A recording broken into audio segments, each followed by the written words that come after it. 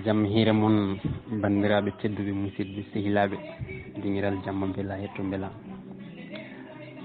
mi ara noon ɗo seeɗa e Njalniika kaɗo Njalniika kadi koye deftere mawɗo men Mamadou Abdoul Seck nde wiyata payke ɗiɗi tawi ɗo haalata ɗo ko konu awluɓe awluɓe mbino ina mbaɗa konu heddi haaɓe maaba dañi hen mbiɗo min nde kaari haɓɓata kaari nde ko min heedi hunuko jondi oye wi min ñoƴƴi ha kaari haɓɓi kaari arti wuuro gonni yimde ɗum tawi ko minen ndendi ligguey o foof ɓe kawri wonde ɓe tampi ñamde kedde ɓe mbaɗɗi dimaɗi mabɓe ɓe naati e yolde haɓe jaaha konu ɓe jeehi haɓe goɗɗi ɓe coyni neɗɗo ina juula ɓe goni e feccudemo hen goto wi min kam mi heeɓi maccuɗo oye wi min de ndimamu ngu oye wi hirki oye labugal oye faram oye ɓerɓerol oye tees hanko gasi ɓe gari haɓe pandimo no moƴƴi ɓe gori haɓe pirlimo mawɗo mabɓe o ƴewni wi he musidɗo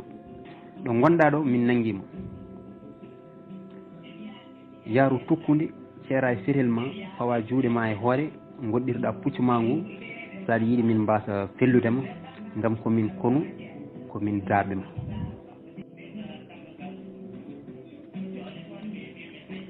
neɗɗo o jaabahi jokki njuulu mum mawɗo awluɓe o refti hen o jaabahi o taƴani njuulu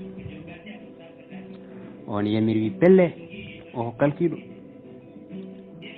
kono awluɓe juuɗe e makko condi ha mawɗo mabɓe o wi yoni hankkadi taw maayi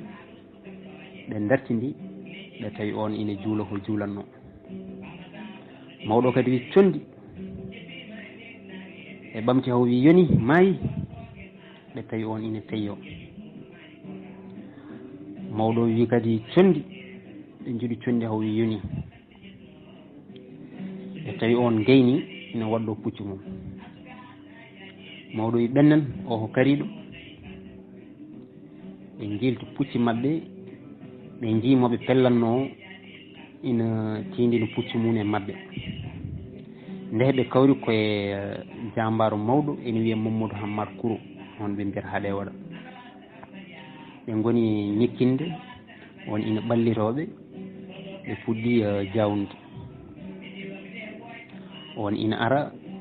ɓe dogni on kañumne dogni abbi e mabɓe haw fandiɓe tan mawɗo awluɓe o ndeke hettinima wi koni en mbaɗi ko booni ɗum ko haaɗe waɗa so yettima enen foof ko lahara mbaltoyta ɓe mbi joni noon holi feere o wi enen foof gakken labal e pucci men lawol gotol tan lu hen ɓe pooɗi taltali lawol gotol kamɓe foof ɓe ɓamti fayi yo yeddetake tan haaɗe waɗane darni pucci mum wi holi onon ɓe mbi ɗum de ko awluɓe ma tan jahanno ñagude majji lawol nde min jima nde min cikki ko ruggiyanke ina yiiɗi heptude dimaji amen dokkuno ɗon min ɗi joni kam hankkadi min jiiti lawol o wi on ɗeeɓi wannudemi ko booni ndeweyam o ardiɓe